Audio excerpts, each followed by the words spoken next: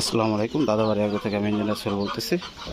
আসলে বোর্ডিংয়েরই কেমনে করে বোর্ডিং দেখেন। এই রাউন্ডটা আমি করছি দুইটা চট দিয়ে, আমি রাউন্ডের জয়েন্ট আটকাইছি। চট এটা মাঝখান থেকে বাঁশের ইটা ফেরে মুখ আটকায় দিছি।